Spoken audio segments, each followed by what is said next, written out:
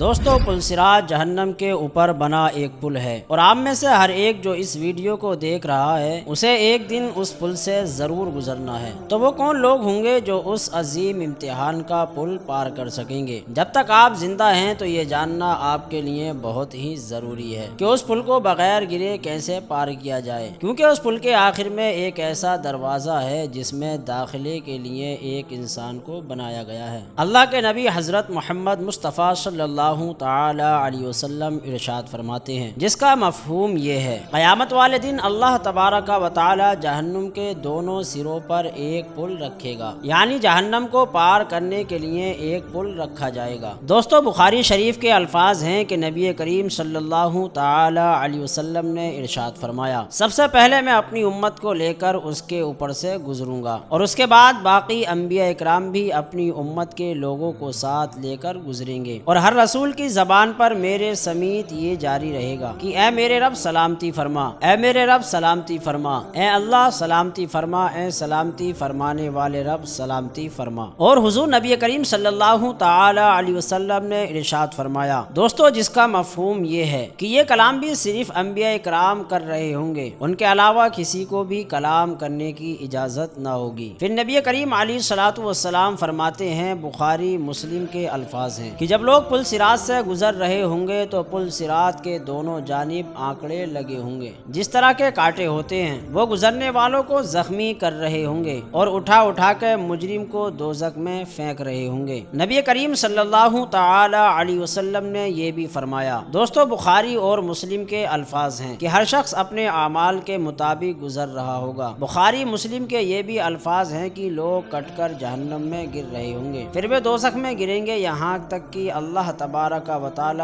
ان کے لیے کوئی فیصلہ فرمائے گا۔ صحیح مسلم میں ایک حدیث ہے، ابو سعید خدری رضی اللہ تعالی عنہ ارشاد فرماتے ہیں کہ ہمیں یہ بات بھی پہنچی ہے کہ بے پل صراط تلوار کی دھاڑ سے زیادہ تیز اور بال سے زیادہ باریک ہوگا۔ حدیث میں یہ بھی آتا ہے کہ اس پل کی لمبائی اللہ تبارک و تعالی کے سوا کوئی نہیں جانتا۔ جامع ترمذی میں ایک حدیث ہے، حضرت انس ابن مالک جو حضور صلی اللہ تعالی علیہ وسلم کو 10 سال تک وضو کرواتے رہے، وہ عرض کرتے ہیں، یا رسول اللہ صلی اللہ تعالی علیہ وسلم قیامت کے دن آپ میری شفاعت کریں گے؟ تو آپ صلی اللہ تعالی علیہ وسلم نے ارشاد فرمایا، ہاں کروں گا۔ تو عرض کیا، یا رسول اللہ صلی اللہ تعالی علیہ وسلم آپ مجھے اپنا پتہ بتا دیں کہ میں آپ کو کہاں تلاش کروں؟ آپ نے فرمایا، تم پل صراط پر آ جانا، تم مجھے پل صراط پر دیکھ لینا، میرے امتی گزر رہے ہوں گے، میں ان کے لیے سلامتی کی دعا کر رہا ہوں گا۔ تو پھر عرض کیا، یا رسول اللہ صلی اللہ تعالی علیہ وسلم اگر پل صراط پر نہ پاؤں تو آپ صلی اللہ علیہ وسلم نے اس کا جواب دیتے ہوئے فرمایا کہ پھر تم میزان عمل پر آ جانا، جہاں لوگوں کے نامہ اعمال تولے جا رہے ہوں گے۔ تو پھر سامنے سے عرض کیا گیا، یا رسول اللہ صلی اللہ تعالی علیہ وسلم اگر میزان عمل پر بھی نہ پاؤں تو آپ صلی اللہ تعالی علیہ وسلم نے فرمایا، پھر تم مجھے حوض کوثر پر آ جانا، میں وہاں اپنے امتی کو کوثر پلا رہا ہوں گا۔ تو انہوں نے عرض کیا، یا رسول اللہ صلی اللہ تعالی علیہ وسلم اگر آپ مجھے ان تینوں جگہ میں سے کسی بھی جگہ پر نہ ملے تو پھر میں آپ کو کہاں تلاش کروں؟ تو آپ صلی اللہ تعالی علیہ وسلم نے اس کا جواب دیتے ہوئے فرمایا کہ تم مجھے تلاش کرنا، میں ان 3 جگہ میں سے کسی نہ کسی جگہ ضرور مل جاؤں گا۔ اس دن لوگ اس طرح کے خوف ہراس میں کھڑے ہوں گے کہ وہ اپنے والدین یا اپنے بچوں کو بھی نہیں جانتے ہوں گے، اور ہر کوئی حیرت اور خوف میں مبتلا ہوگا، اور ہر کسی کی کوشش ہوگی کہ کس طرح اس عذاب سے بچا جائے، لیکن تب بہت دیر ہو چکی ہوگی، اور تب کسی کے لیے اس دن کی ہولناکی سے بچنے کا کوئی طریقہ نہیں ہوگا۔ وہ دن آئے گا جب تمام جاندار ہلاک ہو جائیں گے، کیونکہ وہ فیصلے کا دن ہوگا، لیکن وہ دن آخری نہیں ہوگا، اس کے برعکس یہ اس بات کا اشارہ ہوگا کہ اصل زندگی تو اب شروع ہوئی ہے۔ جب قیامت کا دن ٹوٹ پڑے گا تو اسرائیل علیہ السلام ہر شخص کی جان نکال لیں گے، یہاں تک کہ تمام فرشتوں کو بھی جان اسرائیل علیہ السلام لے لیں گے، اور صرف اسرائیل علیہ السلام اور اللہ تبارک و تعالی کی ذات باقی رہ جائے گی، اور تب اللہ تبارک و تعالی اسرائیل علیہ السلام کو بھی موت کا مزہ چکھنے کا حکم دے گا۔ تب کائنات جو کچھ لمحے پہلے رواں دواں تھی وہاں مکمل خاموشی ہو جائے گی، اور وہ ذات جو اس تمام کائنات کا مالک ہے صرف وہی ذات زندہ رہے گی، لیکن کائنات کی یہ خاموشی زیادہ دیر نہیں چلے گی، کیونکہ دوستو اللہ تبارک و تعالی تعالیٰ اسرافیل علیہ السلام کو دوبارہ زندہ کرے گا۔ اسرافیل علیہ السلام کے دوبارہ سور پھونکنے کے بعد جن اور انسان کے ساتھ ساتھ جانوروں کو بھی زندہ کر کے جمع کیا جائے گا، اور تب ایک طویل اور خاموش انتظار کے بعد حساب و کتاب کا وقت آئے گا۔ ہم سب کے پاس وہ کتابیں ہوں گی جس میں ہر وہ چیز لکھی ہوگی جو ہم دنیا میں کر کے آئے ہوں گے۔ تب ہمارے نیک اعمال اور گناہوں کا وزن کیا جائے گا، ہمارے اعمال کو ایک میزان میں تولا جائے گا۔ میزان کے مرحلے سے نکل کر ہر انسان پل صراط تک پہنچایا جائے گا، جس کے بالکل نیچے جہنم ہوگی، وہ پل جو 7 مراحل پر مشتمل ہوگا۔ یا تو ہم ان مراحل کو پار کر کے جنت کے دروازے سے داخل ہو سکتے ہیں، یا پھر ہم نیچے گر جائیں گے۔ پل صراط جنت اور جہنم کے درمیان ایک راستہ ہے، یعنی جنت جہاں ہم اپنے پیاروں کے ساتھ ہمیشہ ہمیشہ کے لیے رہیں گے۔ ہمارے آخری نبی صلی اللہ تعالی علیہ وسلم نے ہمیں اس بارے میں بہت اہم معلومات بتا دی کہ اس پل کو کون پار کرے گا اور اس پل کو کس طرح پار کیا جائے گا۔ قیامت کے دن لوگ ایسا خوفناک دور دیکھ رہے ہوں گے کہ ہر ایک اپنی اپنی پریشانی میں ہوگا، کسی کی آنکھیں کسی کو نہیں دیکھ پائیں گی، یہاں تک کہ تمام پیغمبر بھی اپنی اپنی فکر میں ہوں گے، لیکن حضرت محمد مصطفیٰ صلی اللہ تعالی علیہ وسلم تب بھی اپنی امت کو معاف کرنے کی دعا کر رہے ہوں گے۔ پل صراط کے لمبے راستے پر 7 مرحلے ہوں گے۔ پل صراط پر گزرتے ہوئے لوگوں کی مختلف رفتار ہوگی، کچھ لوگ تو پلک جھپکنے میں گزر جائیں گے، اور کچھ لوگ بجلی کی طرح گزر جائیں گے، اور کچھ لوگ ہوا کی رفتار سے، اور کچھ تیز گھوڑوں کی طرح، جبکہ کچھ اونٹ جیسی سواریوں کی رفتار سے گزریں گے۔ کچھ رینگتے ہوئے یعنی اپنی سرین کے بل گھستے ہوئے جائیں گے، اور کچھ ایسے بھی ہوں گے جنہیں جہنم میں ڈال دیا جائے گا۔ اب ہم کتنی تیزی سے اس پل کو پار کر سکیں گے تو اس کا انحصار ہماری روح کی پاکیزگی پر ہوتا ہے۔ دوستو، پل صراط کو پار کرنے والے کچھ مومنین کی روشنی اتنی مضبوط ہوگی کہ نیچے جہنم کی آگ بولے گی کہ یہاں سے جلدی سے گزر جاؤ۔ ایک اور حدیث میں کہا گیا ہے کہ پل صراط کو پار کرتے وقت شہداء کو کوئی پریشانی نہیں ہوگی، جیسا کہ پہلے ذکر ہو چکا ہے کہ پل صراط کو پار کرنے کے لیے 7 مراحل سے گزرنا پڑے گا، اور ان 7 مراحل پر ہماری زندگی کے مختلف پہلوؤں کے بارے میں سوالات کیے جائیں گے۔ پل صراط پر ہم سے پہلا مرحلہ جس کے بارے میں پوچھا جائے گا